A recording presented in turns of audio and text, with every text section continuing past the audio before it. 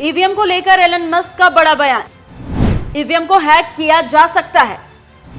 EVM के बजाय ballot paper से चुनाव हो।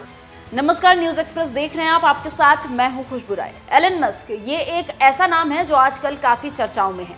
ये ट्विटर के मालिक है और भारत में पहली बार बिजनेस करने के लिए आ रहे हैं, क्योंकि जब से ट्रंप आए हैं तभी से इनकी बल्ले बल्ले है। क्योंकि इससे पहले ये कई बार कोशिश कर चुके हैं, लेकिन इनकी दाल भारत में नहीं गली। लेकिन 22 जनवरी को जब मोदी के दोस्त डोनाल्ड ट्रंप राष्ट्रपति बने तो मानो मस्क की बल्ले बल्ले हो गई, क्योंकि जिस मोदी ने मस्क को रोक कर रखा था, उसी मस्क के लिए ट्रंप के दबाव में मोदी को लाल कारपेट बिछाने पड़ रहे हैं, क्योंकि ट्रंप ने जिद की और भारत को झुकना पड़ा। इसको लेकर मीडिया में बहस नहीं है और सरकार चुप्पी साधे रखी है और ट्रंप मोदी को एक के बाद एक बड़े झटके दे रहे हैं। आलोचक कह रहे हैं कि मोदी के दोस्त मोदी की धज्जियां उड़ा रहे हैं। खैर, बात मस्क की करते हैं।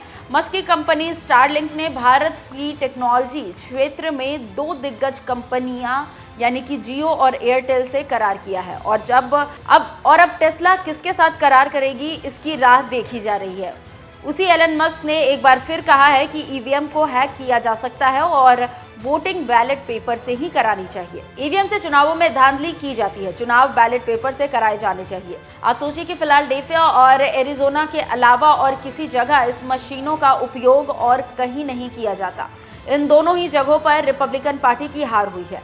मस्क ने आगे कहा कि कंप्यूटर प्रोग्राम को हैक करना आसान है, इसलिए इन पर भरोसा नहीं किया जा सकता है।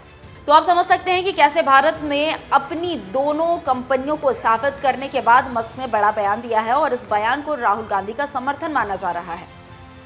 10 मार्च से लोकसभा का दूसरा सेशन शुरू हुआ है और पहले ही दिन राहुल गांधी ने महाराष्ट्र और हरियाणा में फर्जी वोटिंग को लेकर मुद्दा उठाया। उन्होंने कहा, वो सुनिए आप। बिकॉज आपने सही बात बोली कि वोटर लिस्ट क्या सरकार बनाती है। मैंने नहीं बोला नहीं, आपने बोला क्या, और आपने सही बोला कि सरकार वोटर लिस्ट नहीं बनाती है। मगर पूरे देश में वोटर लिस्ट पर सवाल उठ रहे हैं। हर स्टेट में, हर ऑपोजिशन के स्टेट में और महाराष्ट्र में black and white voter list पे सवाल उठे हैं। तो पूरा ऑपोजिशन मिलकर सिर्फ ये बोलने दीजिए, पूरा ऑपोजिशन सिर्फ मिलकर ये कह रहा है कि वोटर लिस्ट पे यहां पे एक डिस्कशन हो जाए। ओके। आप बनाते नहीं हो, इसको हम एक्सेप्ट कर रहे हैं, आप डिस्कशन तो कीजिए। आनंद भदौरिया जी। Okay, good. तो सुन लिया आपने क्या कह रहे हैं राहुल गांधी और क्यों। फर्जी वोटर लिस्ट का मुद्दा इतना खतरनाक मोड़ ले चुका है और इस पर राहुल गांधी का स्टैंड इतने खतरनाक तरीके से आगे बढ़ रहा है कि चुनाव आयोग अब बुरी तरह से फंस गया है। और उसी का कारण ये है कि अब चुनाव आयोग विपक्ष के सामने घुटनों पर है और उसी का नतीजा ये है कि अब चुनाव आयोग ने फर्जी वोटर लिस्ट को लेकर एक सर्वदलीय बैठक भी बुला ली है, जिसमें सभी पार्टियों के प्रतिनिधि और अध्यक्ष भाग लेंगे। इस बैठक में आयोग राजनीतिक दलों की आशंका को दूर करेगा और ये काम 3 महीने की अवधि में मतदाता पहचान पत्र के यूनिक नंबर सिस्टम को लेकर चर्चा होगी। इस नए सिस्टम से प्रत्येक मतदाता को एक विशिष्ट EPIC नंबर मिलेगा जो आधार कार्ड की तरह काम करेगा और मतदाता पहचान को और मजबूत करेगा। आयोग ने यह स्पष्ट किया कि मतदाताओं में डुप्लीकेट ट्रांसफर और मृत मतदाताओं जैसे विषयों का समाधान बूथ स्तर पर ही किया जाएगा। इसके लिए प्रत्येक बूथ स्तर के अधिकारी और संबंधित निर्वाचन पंजीकरण अधिकारी के साथ राजनीतिक दलों के बूथ एजेंट की सक्रिय भागीदारी सुनिश्चित की जाएगी।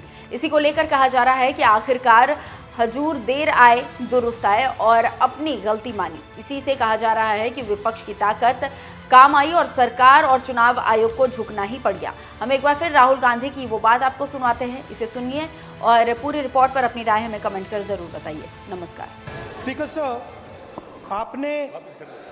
आपने सही बात बोली कि वोटर लिस्ट क्या सरकार बनाती है। मैंने नहीं बोला नहीं, आपने बोला क्या, और आपने सही बोला कि सरकार वोटर लिस्ट नहीं बनाती है। मगर पूरे देश में वोटर लिस्ट पर सवाल उठ रहे हैं। हर स्टेट में, हर ऑपोजिशन के स्टेट में और महाराष्ट्र में black and white voter list पे सवाल उठे हैं। तो पूरा ऑपोजिशन मिलकर सिर्फ ये बोलने दीजिए, पूरा ऑपोजिशन सिर्फ मिलकर ये कह रहा है कि वोटर लिस्ट पे यहाँ पे एक डिस्कशन हो जाए। ओके।